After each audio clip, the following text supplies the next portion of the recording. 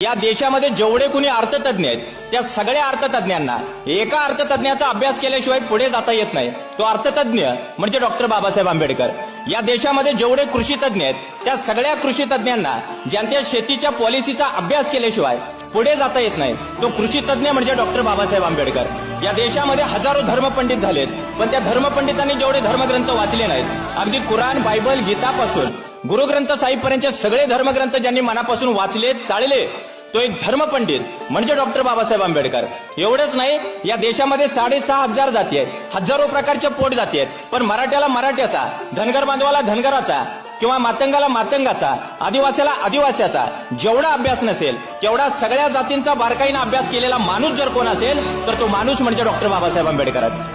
म्हणजे हे एवढ्या उंचीवरचं व्यक्तिमत्व आहे। ऑक्सफर्ड युनिव्हर्सिटीने सुद्धा जे घडवणाऱ्या 100 अलौकिक लोकांची यादी जाहीर केली आणि त्याच्यामध्ये पहिल्या क्रमांकावर तथागत सिद्धार्थ गौतम बुद्ध, दुसऱ्या क्रमांकावर वर्धमान महावीर, तिसऱ्या क्रमांकावर चक्रवर्ती सम्राट अशोक आणि चौथ्या क्रमांकावर नाव होतं डॉक्टर बाबासाहेब आंबेडकरांचं।